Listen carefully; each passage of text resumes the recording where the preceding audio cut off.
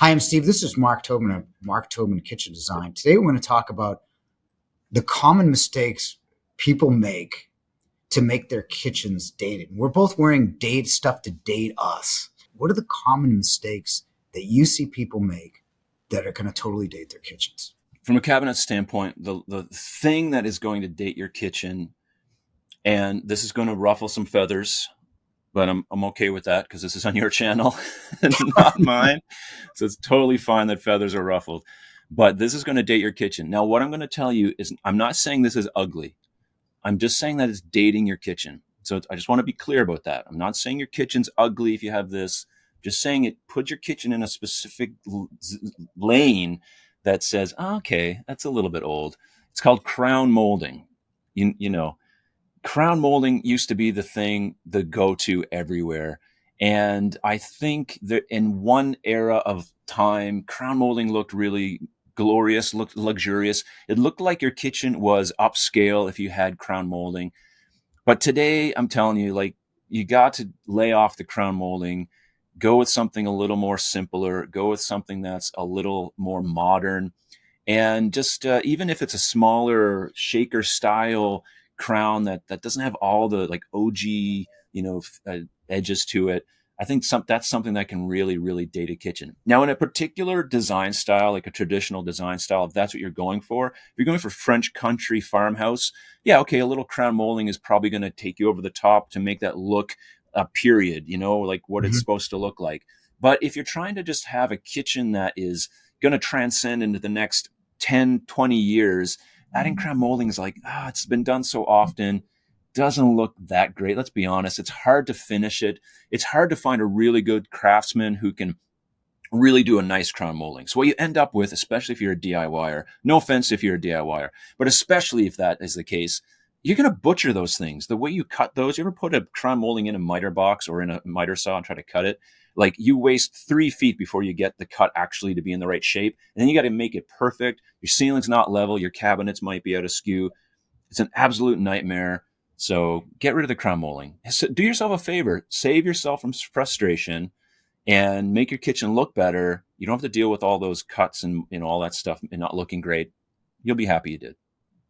So you're not into the Corinthian columns and all that other stuff in the kitchen, No, like I said, they have a period that they belong in, and there's a particular style kitchen that those things will look good in. But, nobody likes those styles of kitchens anymore. Let's be real. We used to sell those focal point medallions for fixtures. So yes, we perpetuated that kind of. I agree with you, and unless you've got to be super tactful with something like that. I mean, in a very traditional kitchen, in a very traditional, but it's got to be like on point, and it never really. Yeah. So really, what I would do is, if you're interested in making something unique and not dated, just pick either a refrigerator with, I know True's done that, and they've got great finishes, or on your stove, because I think that's central. I think that's the best place to do it, is put a pop of color in. But colorizing your whole kitchen, dangerous. Bad future. Your future self is going to dislike you. Plus, you're going to pay extra for it and wait longer. So it doesn't work on any level. So yeah, that's my number one. I agree. I had a lady bring me a broom handle, like a dollar store broom handle, those red, just a red broom.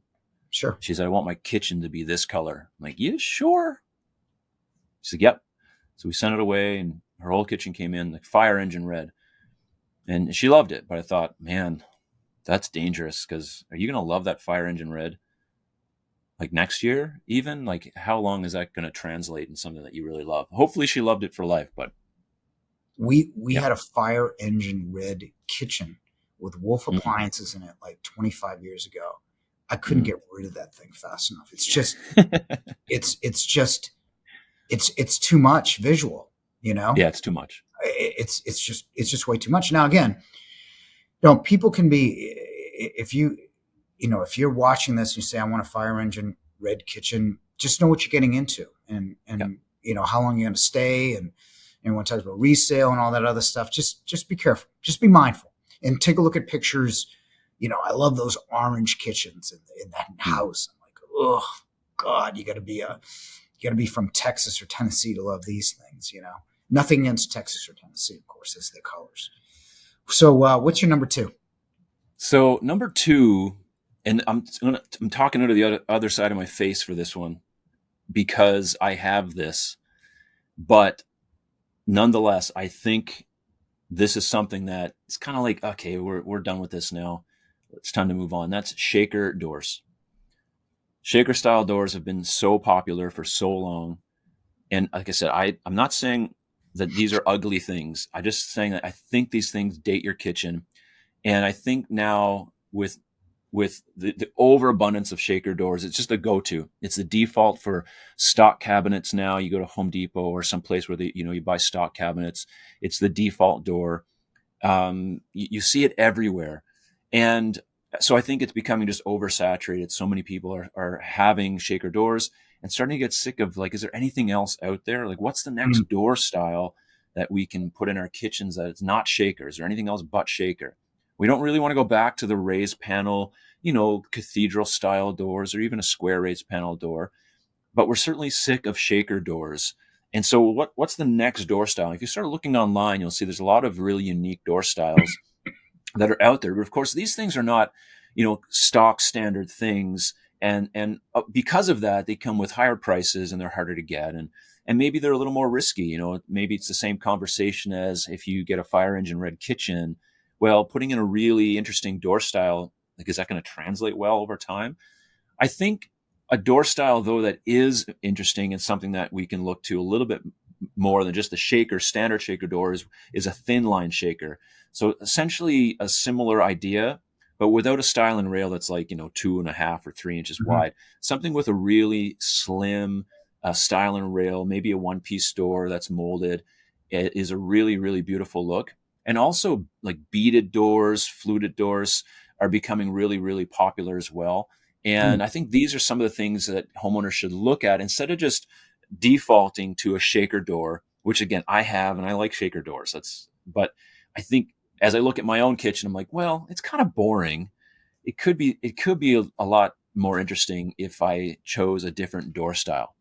And I think going forth in the future, more and more people have this attitude that we're kind of bored with the shaker. We need something different.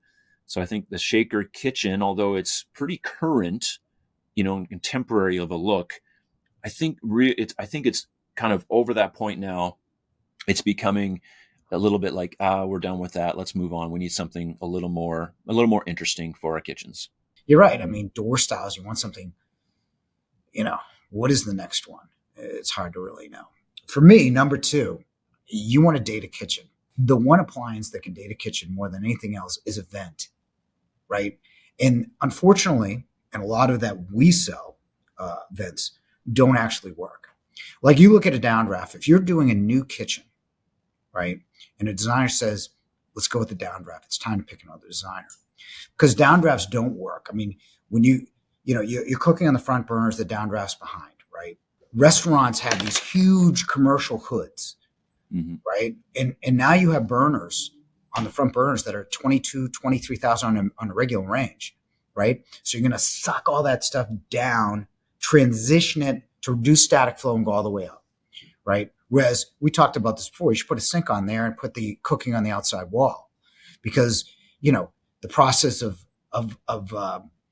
cooking produces compounds like nitrous oxide, nitrogen oxide, and carbon dioxide, carbon monoxide. You want that out of your house, and you're getting more of it on gas. And, oh, by the way, induction produces some of it. So that's the first one. These slide out hoods. I don't know which architects from the 1980s are still around to specify these things, but they don't work. They don't vent, and they use the whole cabinet anyway.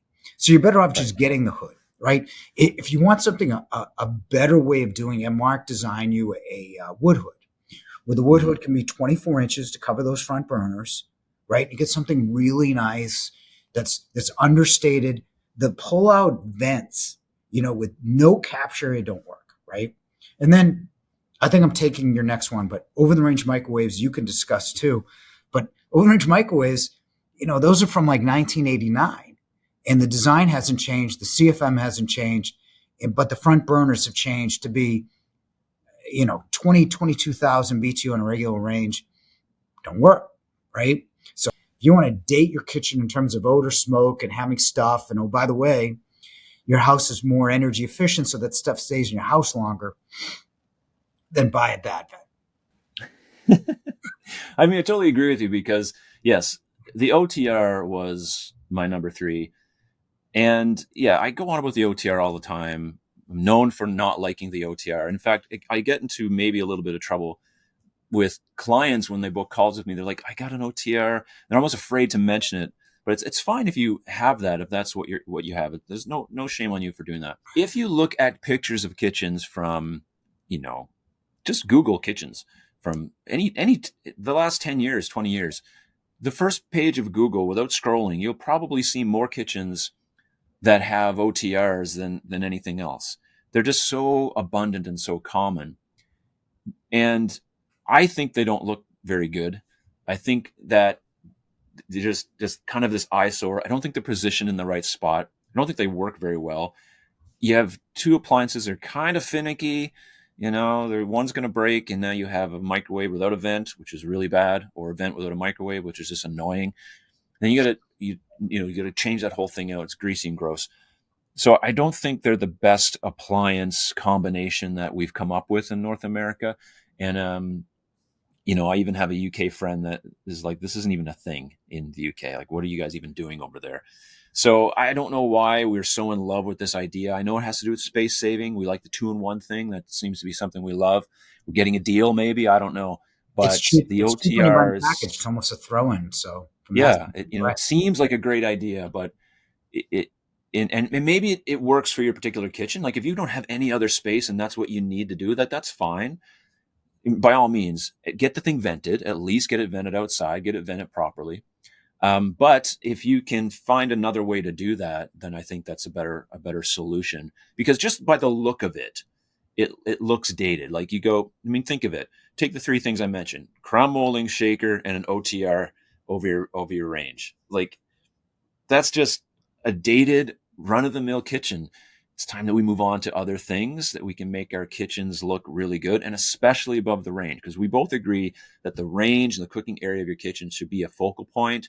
It's where all the action happens, and it should be a visual focal point as well. And, that's why you're saying put in a colored range, put in, a really unique backsplash, put in a custom wood hood, make that area look really special, because it is a focal point in any space.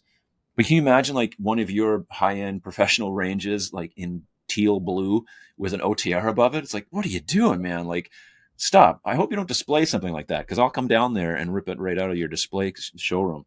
2 things, one of the houses kitchens of the year had a Wolf range, Pro range, and an over-the-range microwave. Yeah, I don't think it's a wise choice unless it's needed, unless it's the only choice. Yeah, again, if it's the only place you can put in a galley kitchen, it's certainly better than nothing, but better than nothing shouldn't be the standard by which you design a new kitchen. Yeah. And you can always, or if you like it. Yeah, but you can always put a microwave, God forbid, on a countertop somewhere, or yes, you can, and not, God forbid, like that's the best place for a microwave. It's at the best level. It's the safest. You don't need to get a monster of a microwave that's 30 inches wide. 30-inch wide like why are these things are massive? You can get this little Walmart microwave. That's fine. You replace it next year when it breaks. No problem. Well, I think we've beaten this thing down to a pulp, but my number 3 is going to be somewhat controversial because we show things like this, and it's double ovens. In most homes, you have an oven. What you want to do, really customize something. I'm a big proponent of steam. I have a steam oven, a Wolf, and the new ones are so easy and intuitive. We're just pressing buttons to do things. You want to reheat, crispy, humid, or just basic reheat, there's a button for that. And steam is like the reverse of a microwave. Microwave targets moisture, right? That's why everything comes shriveled. Steam adds moisture, so you get much more flavor that way, especially when you're talking about meats where you want to roast typically in a gas and moisture. So you get that, you get speed, which is a combination of microwave and speed. You get warming drawers, you got microwave drawers. You got all sorts of stuff to really customize it to be better than the double oven where the one below you're never going to use anyway. Yeah, I agree. That's something that we've seen a lot of. I don't get asked a lot, like in the last little while, about double ovens. More people are looking for like steam ovens or speed ovens or combinations and stuff, which I think is a good sign. Because I think the double oven, just you just think of a double oven, you think of a kitchen from 20 years ago.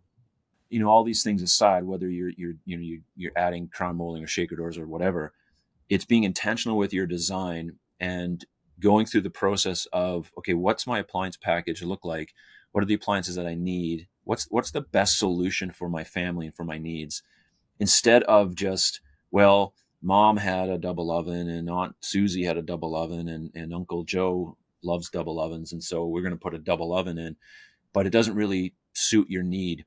Same with your ventilation, same with your range and your fridge and all of the areas of your kitchen, making sure that you're designing it specifically for exactly how you're going to use the space to as much as you can. You obviously, maybe in a year's time, something might change where, you can't foresee that. But to the degree that you can get it there as perfect as you can, go through that process, cabinet by cabinet, appliance by appliance, and make sure that you understand how you're going to use it, why you want it, what's the benefits, or what's the pros and cons, and kind of go through those conversations and take an honest look at, is a double oven really what we need? Is if it's what we need, okay, well then fine, it's what you need. No But question. if it's not what you absolutely need and you're just putting it there because you think you're supposed to for one, resale value, or just because it's what you do, you really need to take a hard look at that and make sure that you follow Steve's advice and look at these other solutions that may be way better functionally and even aesthetically for your space. I really think that good kitchen design, to your point, is intentional, and I like the way you do it. You break it down. Everything is. You want to talk about dating? It's dating a kitchen. It's not It's like the opposite of personalizing. And you're good about like saying, okay, what's important to you? Here's where we start. Here are the things. Here are the pitfalls. I mean, you look at these influencer kitchens that show you this beautiful glossy white kitchen, and we never see the person actually using it, and that's tragic. I mean, looking at pictures in house and everything else, it's a fine way to get started. But the first thing you got to do is ask yourself, how are you going to use that space? Follow the exercise, and I think Mark's channel it's the best on the internet, which is why we sought him out in terms of let's do this the right way, and let's do it so it's right for you, not for your neighbor, not for your dad, not for your mom, not what you saw when you were a kid. So that's it. Good. So this is dating your kitchen. If you want to go to the how to keep things timeless yet unique, go to Mark's Mark's channel where we have that. And once again, thanks again. And I don't think the hat makes you look dated at all. Anyway, Right. thanks again, Mark. Much Thanks, buddy. I appreciated being appreciate on it. our channel. Thank you. Really appreciate it.